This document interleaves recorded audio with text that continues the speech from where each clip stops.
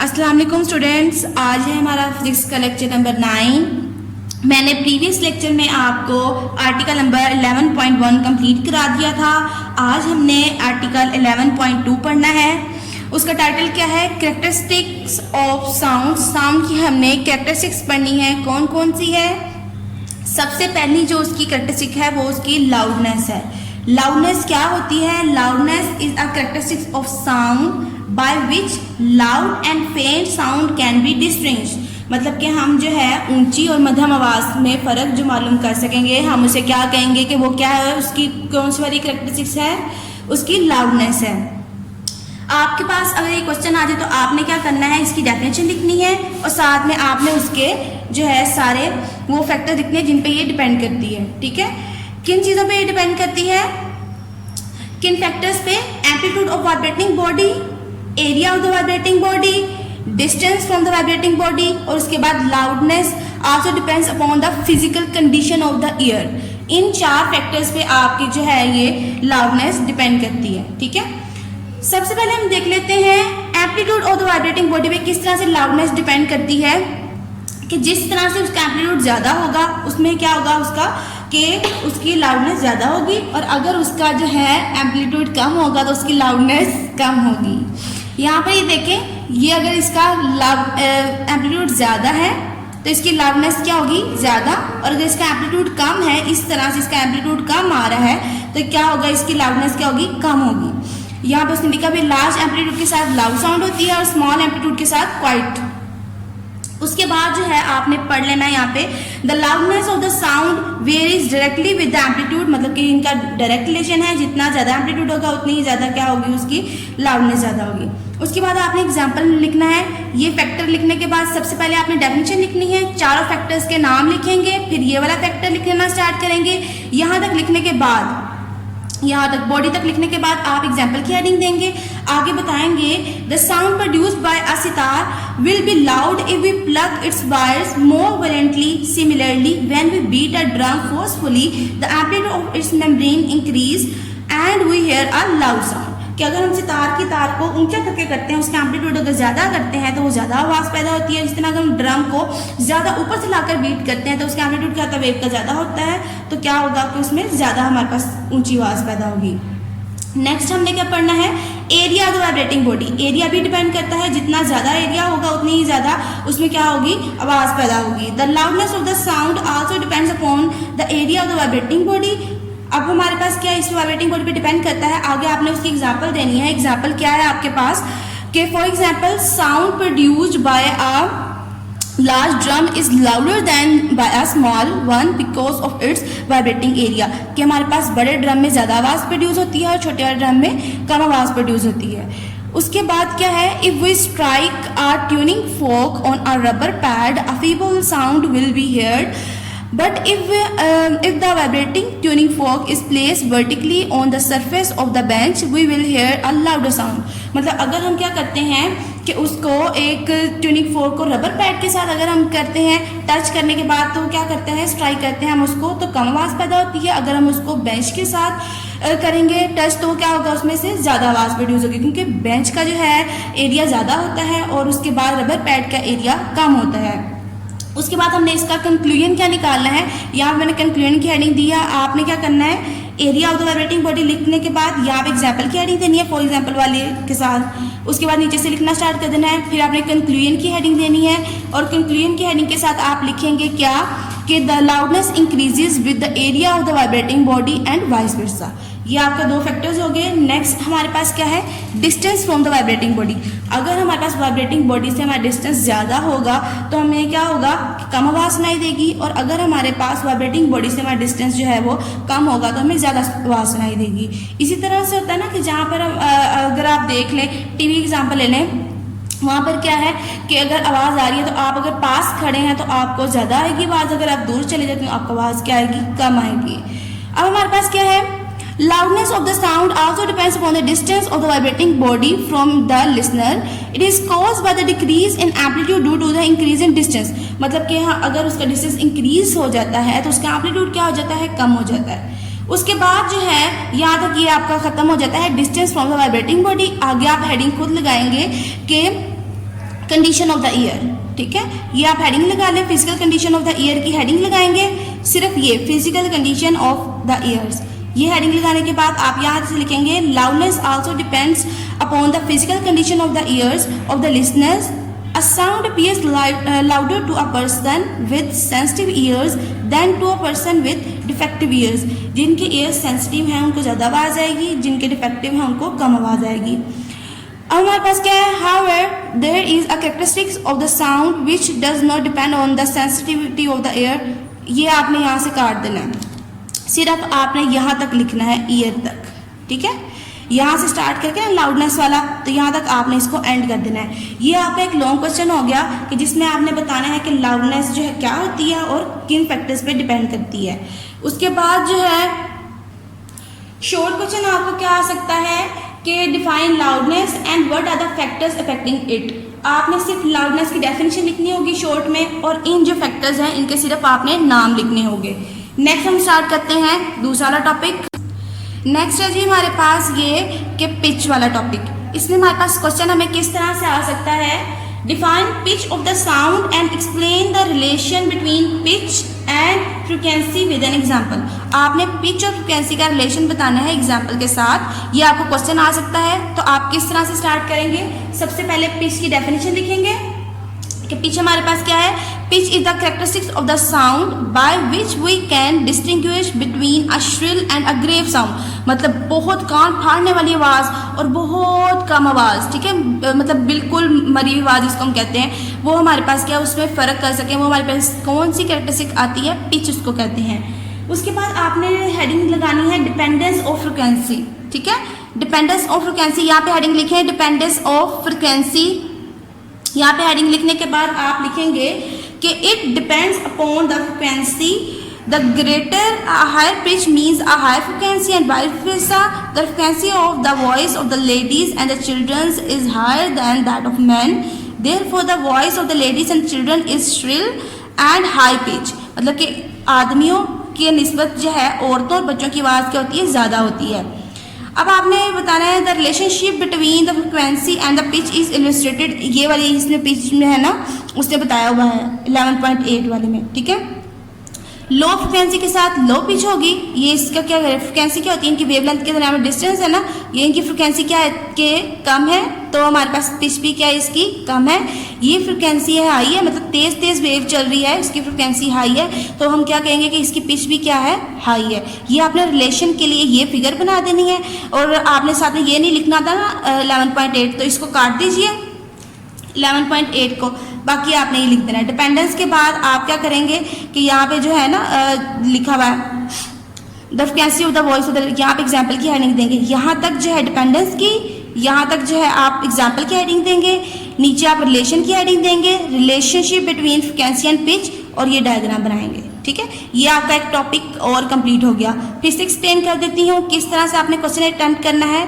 Pitch की definition लिखनी है, डिपेंडेंस ऑन फ्रिक्वेंसी की हेडिंग देने के बाद यहाँ तक वाइस वर्सा तक लाइन लिखनी है. उसके बाद यहाँ से एग्जाम्पल की हेडिंग देनी है द फ्रिक्वेंसी से लेकर, तो यहाँ तक जो है आपने हाई पिच तक जो है एग्जाम्पल देनी है. उसके बाद आपने relationship between frequency and pitch की हेडिंग देनी है, और ये फिगर बना देनी है, ठीक है.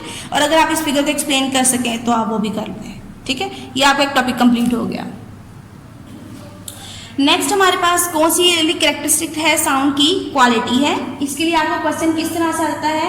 What is mean by the quality of sound. आपने साउंड की क्वालिटी के बारे में बताना है.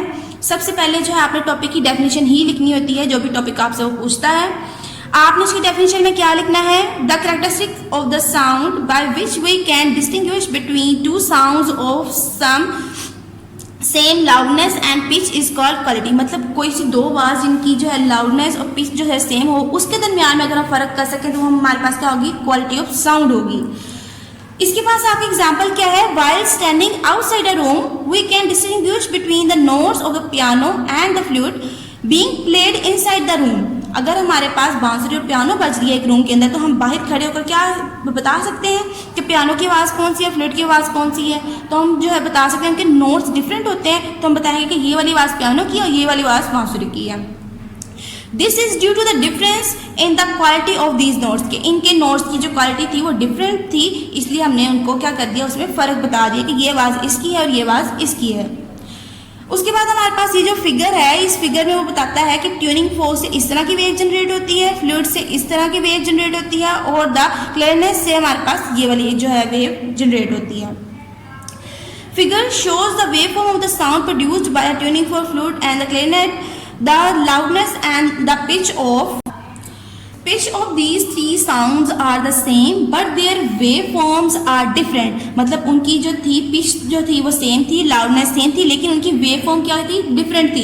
एक बिल्कुल इस तरह से आ रही थी, एक इस तरह करके आ रही थी और एक और उसकी जो है डीफॉर्म शेप थी, तो वो उस तरह से आ रही थी। तो हम कहेंगे कि उनकी वेवफॉर्म डिफरेंट थी, इसलिए क्या किया हमने, उनमें फ़र्क बता दिया। So there quality is different and they can be distinguished from each other. इनकी क्वालिटी डिफरेंट है, इसलिए क्या कर सकते हैं, एक दूसरे से इनका फ़र्क पता कर सकते हैं कि ये आवाज़ किसकी है और ये आवाज़ किसकी है। नेक्स्ट टॉपिक है आपका intensity of sound. Intensity of sound में हमने सबसे पहले इस टॉपिक की डेफिनेशन लिखनी है। इस टॉपिक की डेफिनेशन आपको बुक के पेज नंबर 24 पे मिल जाएगी, वो ब्लू ब्लॉक में है। डेफिनेशन क्या है हमारे पास, sound energy flowing per second through a unit area held perpendicular to the direction of propagation of sound wave is called intensity of sound. कि उसका यूनिट एरिया क्या है, उसके परपेंडिकुलर होगा, जिस डायरेक्शन में उसको प्रोपगेट हुई है वेव्स उसके परपेंडिकुलर होगा। तो हम कहेंगे कि ये हमारे पास क्या है, इंटेंसिटी ऑफ साउंड है। मतलब कि हमारे पास ऊपर क्या आएगा, साउंड एनर्जी आएगी, नीचे हमारे पास क्या आ जाएगा, एरिया आ जाएगा। आपने इसकी डेफिनेशन के बाद इसका यूनिट लिखना है। ये टॉपिक आएगा, इसकी डेफिनेशन की हेडिंग देंगे आप, उसके बाद जो है इसका यूनिट की हेडिंग देंगे और यूनिट में क्या लिखेंगे आप, the unit of intensity of the sound is what पर स्क्वायर मीटर WM-2, ये होगा उसका यूनिट। ठीक है, WM-2 इसकी इंग्लिश में भी लिख दें, वॉट पर मीटर स्क्वायर। ठीक है, यूनिट लिखने के बाद आपने आगे आना है, तो आप लिखेंगे intensity of faintest sound and loudest sound. ये आपके पास लॉन्ग क्वेश्चन भी आ सकता है, शॉर्ट क्वेश्चन भी आ सकता है। शॉर्ट क्वेश्चन में सिर्फ इसकी डेफिनेशन आएगी इंटेंसिटी ऑफ साउंड की, तो आपने इसकी डेफिनेशन के साथ जो है इसका यूनिट लिख देना है। अगर आपको लॉन्ग क्वेश्चन आता है तो आपने ये सारी हेडिंग्स के साथ जो है इनको डिफाइन करना है। सबसे पहले ये वाला आपने कर लिया, उसके बाद आप हेडिंग देंगे intensity of faintest sound and loudest sound. Faintest sound की इंटेंसिटी क्या होती है हमारे पास, 10⁻⁻12 वॉट पर मीटर स्क्वायर। ये हमारे पास क्या है, फेटेस्ट साउंड की इंटेंसिटी है।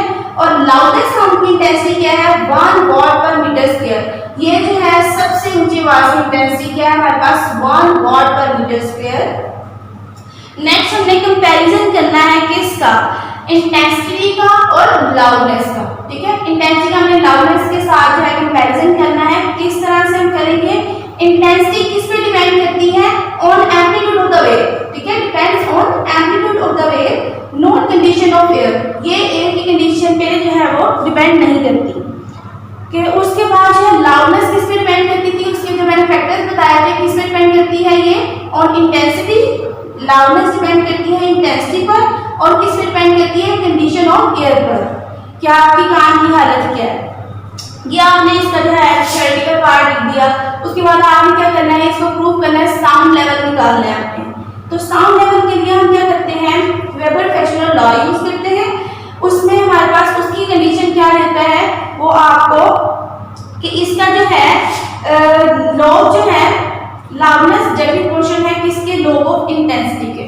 कि लाउडनेस जो है वो डायरेक्टली प्रोपोर्शनल है log of intensity. L show करता है लाउडनेस को, आई शो करता है इंटेंसिटी को। प्रोपोर्शनैलिटी का साइन लगाकर हमने क्या लगाना होता है, कोई कांस्टेंट लगाना है, तो हमने क्या किया कि इक्वल का साइन लगाया, साथ में हमने के लगा दिया और ये log ऑफ आई ऐसे ही। तो हमारे पास क्या है, L इक्वल्स टू के log आई। तो ये हमारे पास k क्या है, प्रोपोर्शनैलिटी कांस्टेंट है। ये हमारे पास एक इक्वेशन आ गई। अब हमें क्या करना है कि अगर हम ले लें इसी इक्वेशन को जो है ट्रांसफॉर्म करेंगे इस तरह से कि L की जगह ले लें L नोट, और L नोट है क्या, L नोट है हमारे पास लाउडनेस ऑफ फेंटेस्ट साउंड। ठीक है, बहुत कम आवाज होती है, मध्यम सी आवाज है, उसकी जो लाउडनेस है उसको L नोट से शो कर दिया, और intensity of the faintest sound को हमने शो कर दिया I नोट से। अगर हम इसी इक्वेशन को ट्रांसफॉर्म करना चाहें तो ये हमारे पास क्या आएगा कि L naught equals to K log I naught. L की जगह L नॉट लगा देंगे और I की जगह हम क्या लगा देंगे, I नॉट लगा देंगे। ये देखें, ये इक्वेशन बनेगी हमारे पास कि L naught equals to K log I naught. ठीक है, ये हमारे पास निकला है। अब ये हमारे पास क्या है, वेबर फ्रेशनर लॉ है। उसके बाद हम क्या करेंगे, हमने साउंड लेवल निकालना है। ठीक है, साउंड लेवल निकालने के लिए क्या करेंगे हम कि ये जो हमारे पास दो इक्वेशन थी, एक ये वाली इक्वेशन और एक ये वाली इक्वेशन, इन दोनों को हम क्या करेंगे, माइनस कर देंगे। तो हम क्या करेंगे, लेफ्ट हैंड साइड में से लेफ्ट हैंड साइड माइनस करेंगे तो हमारे पास क्या आएगा, L माइनस L नॉट, और राइट हैंड साइड में से हम जो है राइट हैंड साइड माइनस करेंगे तो क्या आएगा हमारे पास K log I minus K log I not. इसमें से अगर हम K को कॉमन ले लें तो अंदर हमारे पास क्या आएगा, log I माइनस हमारे पास log I नॉट। उसके बाद हम क्या करेंगे यहाँ पर कि log का जो रूल है उस कि अगर दो वैल्यूज हमारे पास इसको कॉमन लॉग में ले लेते हैं ना, कि अगर ये माइनस हो रही है तो हम क्या करते हैं, इनको डिवाइड करके लिखते थे सिंगल लॉगरिथम में जब लिखते थे। तो अगर दो वैल्यूज हमारे पास माइनस हो रही है हम उसको डिवाइड के फॉर्म में लिखेंगे और log को एक दफा ही लिखेंगे। तो हमारे पास क्या आएगा, K log I माइनस की जगह हम डिवाइड का साइन लगा देंगे और नीचे हम लगा देंगे I नॉट। ये हमारे पास क्या निकल आया है, साउंड लेवल या फिर इंटेंसिटी लेवल। ठीक है, यही आपने इसको प्रूव करना है। उसके बाद आपने इसका यूनिट भी बताना है कि इसका यूनिट क्या है हमारे पास। इसका यूनिट है हमारे पास बेल या फिर डेसिबल। ठीक है, बेल हमारे पास क्या है कि अगर हमारे पास ये यूनिट आता है ना तो हम क्या करते हैं कि sound level equal to log I divide by I naught, और इसको यूनिट देते हैं बेल। और हमारे पास वन बेल, ये बेल जो है इसका इंटेंसिटी लेवल या साउंड लेवल का बड़ा यूनिट है। इसको हमने छोटे यूनिट में कन्वर्ट करने के लिए हमें क्या करना पड़ेगा, इसको डेसिबल में कन्वर्ट करते हैं और one bel equal to 10 decibel है। तो यहाँ पर ये जो इक्वेशन थी इसके साथ अगर हम 10 लगा देंगे तो यूनिट किस में चेंज हो जाएगा, डेसिबल में चेंज हो जाएगा। Sound level equals to 10 log I by I naught decibel, ये हमारे पास डेसिबल में कन्वर्ट हो जाएगा। उसके बाद बुक के पेज नंबर 24 पर आ जाएं। ठीक है, इसमें है इंटेंसिटी वाला जो था, ये है टॉपिक आपका। उसके बाद आपने क्या करना है, सबसे पहले इसकी डेफिनेशन लिखनी है। ये ब्लू ब्लॉक वाली डेफिनेशन मैंने आपको बताई थी। उसके बाद आपने यूनिट की हेडिंग देनी है और ये लिखनी है ये वाली line, the unit, last line है ये इंटेंसिटी वाले पैराग्राफ के नीचे।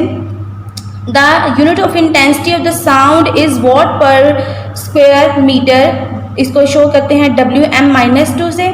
उसके बाद आपने साउंड इंटेंसिटी लेवल निकालने के लिए क्या करना है, आपने वो मैंने आपको बताया था ना, बोर्ड पे देख लीजिएगा। आपने बताना है कि intensity of the faintest sound और लाउडेस्ट साउंड की। उसके बाद comparison of intensity with loudness. उसके बाद जो है आपने नीचे आ जाना, ये सारे पैराग्राफ में आपने वही लिखना है जो मैंने आपको बोर्ड पे बताया था कि किस तरह से जो है आपने 2 या 3 चीज़ों को निकाल लेना है। उसके बाद आपने हेडिंग देनी है वेबर फ्रेशनर लॉ की। उसमें आप क्या लिखेंगे, the loudness L of a sound is directly proportional to the logarithm of intensity. L directly proportional है log I। L equals to K log I where K is the constant of proportionality. और आपने यहाँ पर बताना है कि ये जो इक्वेशन है, इक्वेशन 11.1 लिखा है, आप इसको इक्वेशन 1 बता दें तो आप उसको क्या कहेंगे कि मैथमेटिकल फॉर्म है किसकी, वेबर फ्रेशनर लॉ की। ये आपने 7 लाइन ऐड करनी है। उसके बाद आपने क्या करना है, यहाँ पे let L naught be an be the loudness of the faintest audible sound of intensity I naught and L be the loudness of an unknown sound of intensity I। मतलब कि L नॉट क्या है, loudness of faintest sound, I naught loudness वो intensity of faintest sound, L जो है हमारे पास loudness of an unknown sound और I नॉट हमारे पास क्या इंटेंसिटी है, I है। ठीक है, फिर हमने क्या किया था कि इंटेंसिटी लेवल की आपने हेडिंग देनी है। नेक्स्ट इंटेंसिटी लेवल की हेडिंग देंगे आप। उसके बाद आप लिखेंगे यहाँ पर कि सब्ट्रैक्टिंग इक्वेशन, आप ये वाली इक्वेशन को इक्वेशन 1 कह दें और ये वाली इक्वेशन को इक्वेशन 2 कह दें। उसके बाद आप क्या करेंगे कि सब्ट्रैक्टिंग इक्वेशन 2 फ्रॉम 1, आपने यहाँ पे 11 नहीं लिखना, सिर्फ ये लिखना है 2 फ्रॉम 1, 11 दोनों जगह से काट दीजिएगा। उसके बाद आपके पास ये आ जाएगा L इक्वल टू हमारे पास क्या आएगा के L माइनस L नोट के, वो सारा मैंने आपको प्रोसीजर बता दिया, आपने बोर्ड से ही नोट करना है। उसके बाद आप क्या बताएंगे, this difference L minus L note between the loudness L of an unknown sound and the loudness L note is called the intensity level of the unknown sound. Therefore, the intensity level of an unknown sound is given as intensity level equals to k log I by I naught. The value, ये साथ आपने लाजमी लिखना है कि k की value किस पे डिपेंड करती है. अगर हेडिंग बनाना चाहें तो आप हेडिंग ये बनेगी dependence of k. The value of k depends not only the unit of I and I naught but also on the unit of intensity level. ठीक है, ये सिर्फ I और I naught की यूनिट पे डिपेंड नहीं करती, इंटेंसिटी लेवल के यूनिट पे भी डिपेंड करती है. इंटेंसिटी लेवल का यूनिट हमारे पास क्या है, आगे आपने हेडिंग देनी है, यहाँ तक लिखने के बाद आप हेडिंग देंगे यूनिट ऑफ साउंड लेवल, यहाँ पे इंटेंसिटी लेवल, और नीचे आप लिखेंगे साथ में बेल. फिर बेल लिखने के बाद आप अगली लाइन में आप बेल लिखेंगे. बेल लिखने के बाद आप क्या करेंगे, if intensity of I of any unknown sound is 10 times greater than the intensity of I naught of the faintest audible sound I equals to 10 I naught and the intensity level of such a sound is taken as unit, तो हम उनको क्या कहेंगे, को bel है. The value of k becomes 1. अब k की value इसमें हमारे पास क्या है, 1 है, तो हम इस इक्वेशन को किस तरह से ट्रांसफॉर्म करेंगे, log I by I note, और नीचे हम क्या लगा देंगे साथ में बेल, क्योंकि k की वैल्यू हमारे पास इक्वेशन में क्या थी, 1 थी, तो हमने हमारे पास क्या इंटेंसिटी लेवल आएगा, log I by I naught bel. उसके बाद हमारे पास अगर आप देखें तो हमारे पास क्या है, डेसिबल आता है. तो डेसिबल में हमारे पास क्या है, यूनिट आएगा इसका k. डेसिबल में bel is a very large unit of intensity level of a sound. Generally a smaller unit called decibel is used. हम हमेशा छोटा यूनिट ही यूज़ करते हैं, बड़ा यूनिट नहीं यूज़ करते. Decibel is abbreviated as dB. हम इसको किस तरह से एब्रीवेट करते हैं, dB से. It must be remembered that 1 bell is equal to the 10 decibel. If the intensity level is measured in decibels, तो हम इक्वेशन को किस तरह से ट्रांसफॉर्म करेंगे कि 1 जो बेल है वो 10 डेसिबल के है, तो यहाँ पर ये अब इक्वेशन जो है बेल वाली है, इसके साथ 10 लगा के ये लिख देंगे आप. ठीक है, आपने यहाँ पे डेसिबल की हेडिंग देनी है. उसके बाद आपने बताना है कि जो लास्ट इक्वेशन है, we can construct a scale for measuring the intensity level of the sound. Such a scale is known as decibel scale. The intensity level of the different sound in decibels is, वो उसने जो table बताया है ना, वो आपने याद कर लेना. ये लिखना नहीं है, आपने सिर्फ यहीं तक लिखना है. ये जो इक्वेशन 11.5 है ना, सिर्फ आपने यहाँ तक कंप्लीट करना है. उसके बाद ये टेबल जो है इसको आपने पढ़ना है, नीचे ये वाला जो टेबल है ये, और ये वाला टेबल. ठीक है, एक दफ़ा ये टेबल पढ़ लीजिएगा. इसने सोर्स ऑफ साउंड दिया हुआ है, इंटेंसिटी दी हुई है, इंटेंसिटी इन डेसिबल दी हुई है, उसके बाद लॉगरिथम स्केल दिया हुआ है, उसके बाद लीनियर स्केल दिया हुआ है कि एम्पलीट्यूड इतना है तो हमारे पास डेसिबल में ये है, एम्पलीट्यूड इतना है तो डेसिबल्स में ये आएगा. ये सारा कुछ आपने पढ़ लेना है. ठीक है, ये लाजमी पढ़ा करें. बस आज आपका लेक्चर कंप्लीट हो गया है, लेक्चर नंबर 9. अब आपने क्या करना है कि ये जो मैंने आपको करैक्टरिस्टिक्स बताई हैं, इनको अपनी नीट कॉपीज़ पे लिखिएगा. लॉन्ग क्वेश्चन आपने लाजमी, जैसे मैंने आपको बताया है, हेडिंग्स बनाकर आपने इसको अपनी नीट कॉपीज़ पे लिखना है और इसको याद भी करना है. यही आपका होमवर्क है. Stay blessed. अल्लाह हाफिज़.